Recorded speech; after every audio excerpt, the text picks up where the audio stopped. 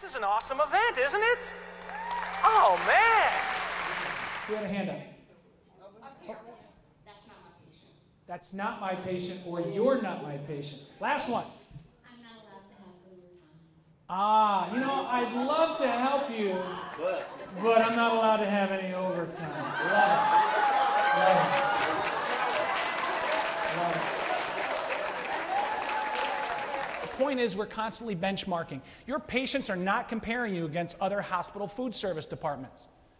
Okay? They're comparing you against the Starbucks they went to 3 weeks ago that yesterday they went back and somebody remembered the name and the kind of latte double something something they drink.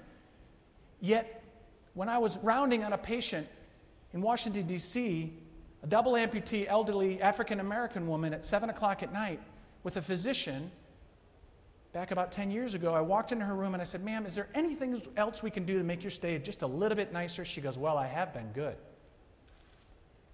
Can I get a slice of birthday cake with dinner tonight? Birthday cake? Is today your birthday, ma'am? Do you know I turned 100 years old today? Of course we do! Did we know it was her birthday? No, there's nothing on the electronic medical record that pops out that says it's her birthday. Of course, we jump through hoops to make it happen. We have to make sure we check with the dietitians, make sure she wasn't diabetic. And of course, we got that. But why can't we orchestrate that? See, people are expecting that because if they go to Olive Garden today for lunch, they get 20 servers standing up singing happy birthday to them. Yet in the 24-day length of stay, double amputee of a national rehab hospital, we should know everything about them. And we do. But how do we operationalize that? How do we build it into the way we do our business? Hey, so what time is that 3 o'clock parade anyway?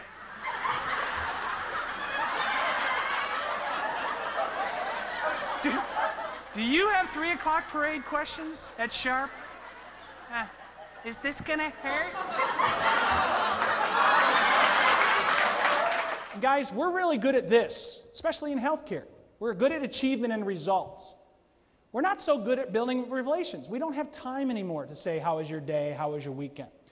Some of us are sailing on this ship here, and I know you're in the room, okay? You don't get anything done, and nobody likes you. Now, I know you're in the room because when you walked in the room this morning, the lights started to flicker.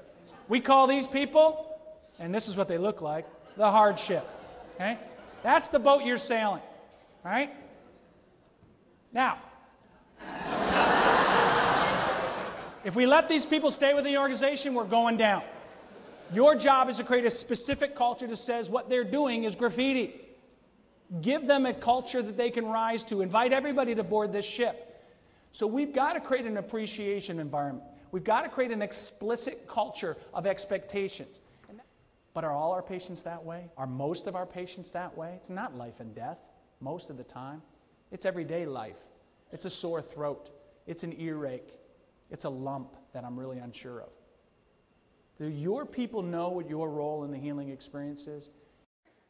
So one of the things that we talked about is, what's your role in the healing experience as a housekeeper? Now, the hardest thing, and then let me do a couple disclaimers. I know you're not running, you personally are not running a medical center. You're not running a sterilized processing unit. Maybe you used to. Maybe you were a nurse. How many previous or current clinicians do we have in the room here? MD, RN, provider, great. Okay, it's good to know. A little intimidating, but it's good to know. Watch my P's and Q's. How many physicians do we have in the room, just out of curiosity? Excellent. Let's talk about them. Just kidding. Just kidding. Yeah. Just scared to raise your hand, wasn't it?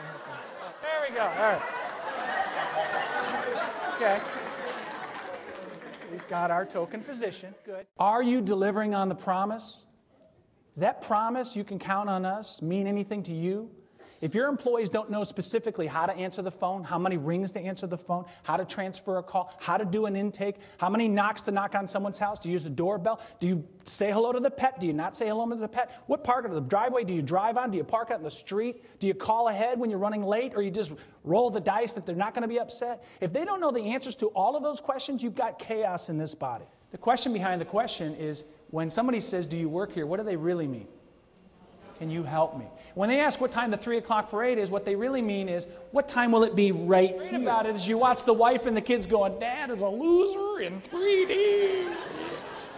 They all elbow each other. The wife, usually the loser term follows with a roll of the eyes, right? I know, I've seen my wife do it. The point of the matter is there's 3 ways to answer that. 3 o'clock.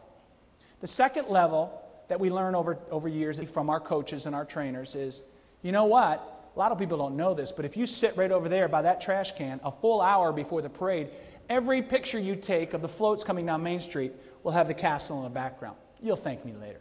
Oh, thank you so much. Could have just said 3 o'clock. Okay? Oh, by the way, it won't be here until 3:45, but you want to get there at 2:30. Okay? Oh, thank you so much. Level 3 is where we go to wow. So he devised a brilliant plan that I want to give you to leave tonight and think about as you drive home. He sent one of his sons out in the woods on an errand. He brought his other son into his teepee and he gave him the bad news. Son, I'm sorry, I'm dying. Anytime now. I have a quick question for you. Inside my hand is a bird. Simple question, is it alive or dead? The son said, wow, it's dead. It's definitely dead, Dad. It's dead as a doornail. Father opened his hands. The bird flew away. Thanks for playing, son. Go get your brother. Second brother came in, sat just where the other brother did, asked him the same question. Son, I'm dying. I'm sorry. I'm going to be leaving you soon, but I have a simple question. Inside my hand is a bird. Is it alive or is it dead? This son took a little bit longer to answer. He looked in his father's eyes, looked at his father's hands, looked back at his father's eyes, and he said, well, I guess it depends on you, Father. For if I say that bird is dead, you'll open your hands and that bird will fly away. If I say that bird is alive, you will crush your hands and kill that bird. I guess the life of that bird, Father, is in your hands. It is what you make it. We've created the commitment to service. We've given you service priorities, hopefully as a decision-making tool. You could just discount it and say that's corporate trying to shove something else down our throat from the Grove. Or you can try to localize it. Either way, the role of the provider, you are the captain of the ship. What you do matters. They're not going to listen to what you say as much watch what you do. But the bird is in your hands. It is what you make it. Thank you very much.